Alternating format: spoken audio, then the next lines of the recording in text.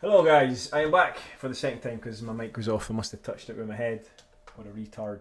Anyway, yes, I'm back and I've not been here because basically I started a new small trading company. So I'm going to be offering trading mentorship and I'm developing an 8 module course which is not too far away from completion now.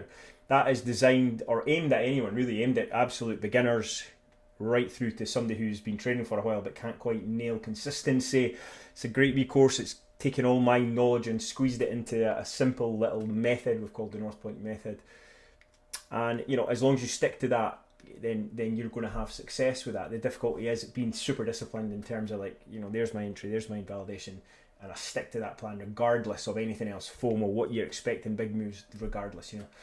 The key thing I think and what I found is forgetting the kind of noise and staying focused on one simple strategy which is successful, and that's what I've done and what I bring together in that 8 module course.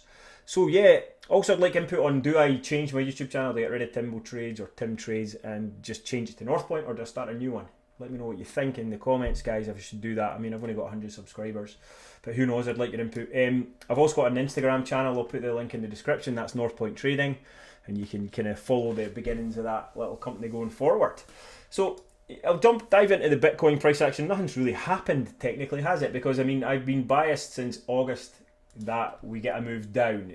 This was a wee spanner in the works, but a move up like that on the back of a US government shutdown just had spam written all over it. Then we got Binance destroying everyone, and so we're back to kind of normal. We're back on track for this continuation, and the bias was always we see another one of these, 30%, 30%, and do we get the next 30%, which, that's mid-80s if you look back on my videos, it's taking you right onto the 786. In fact, it's going to scare a lot of people because a lot of people will be watching the likes of this weekly 55 for support. It's held us up this entire cycle. That'll go unless it's a fucking fast wick and closes back above there, but that's a long wick from what it's 99k down to 85 and back up again just to fulfill a 32% correction. Either that or we don't go as deep, and then we just you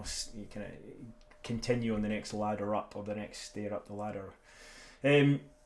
We're not going to know that till it happens fundamentally, and as long as we're above the 74k, it's another higher low. So this stair step continues.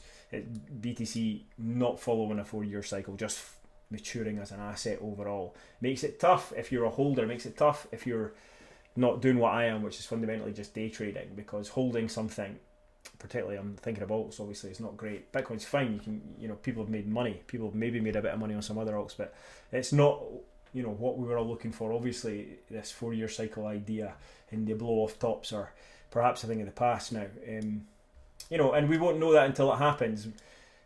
I'm a trader primarily now, and I made that decision to go full-time, sold my company back in December last year, so I'm not much fussed for where this goes, and I know that doesn't really help a lot of you guys because you're not all traders. You're looking for some kind of golden nugget that's going to suggest your coins are going to pump, and it's just not, and not until we're ready for the next leg up, assuming that happens, okay? And we're not going to know maybe the 4-year cycle is still in place, and we will not know that till we take out 74k, unfortunately. It's a long way away, so I guess you would get some early indications if things really start closing below 85.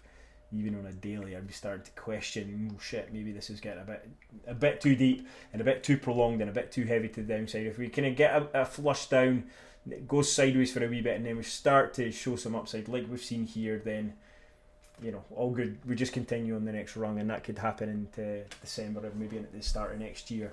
We're already quite in terms of time. We're pretty far in. I mean, if we just measure from the first wick high there to the point at which before the move starts up, that's 175 days. This one, it's hard to say. I mean, I suppose that's your first wick up. This is going to be a good bit shorter, so that's 112 days. And this one again, where do you start at the top? I think arguably you'd need to start it back here. And so if you go of an average between, what's that, 175 and 112, somewhere about 130 odd, right? So we're pretty close, excuse the adjectives, let's say there, right? That is 12 25th of November, my laddie's 18th. Crazy days. Maybe that's the bottom, right on my laddie's 18th. Right, anyway, you know, that's my thoughts. We're not going to know. Forget about it. You just, if you're into trading, you need to know the setup. So we're in an area where we're potentially going to get a bounce. I am looking for longs now. I started buying last night. My average entry so far is 100, just under 100k, 99 something. You know, we just tagged this weekly. It's, you know, it's not going to go straight through, arguably, you know. Trouble is, how high is the bounce going to get? We're not going to know.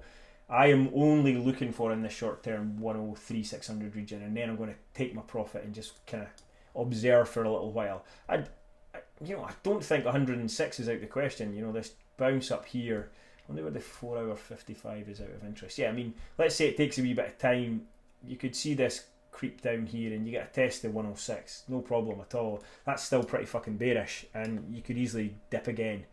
But who knows, maybe we're at a point where if things can grind sideways for a bit, we get a better bounce. We get a bounce that's more akin to a move up against this last major high. So, you know, even 109, for example, is still bearish. The 105 is still bearish.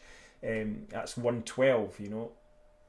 Maybe you get a bull trap. Maybe you get everyone thinking the fucking bull runs back on it and just gets up to 120 and then absolutely shits the bed again. We're not going to know. And to be honest, I'm not trying to play that length of move, and trying to guess that is just not worth it.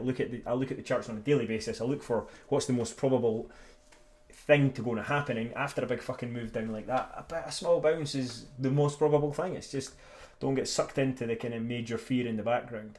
That's what I've been doing, and it's paying off already. I hope that's helpful. I want to know what you think about North Point. Keep my YouTube channel the same, rebrand it, start a new one. Alright. Cheers, guys.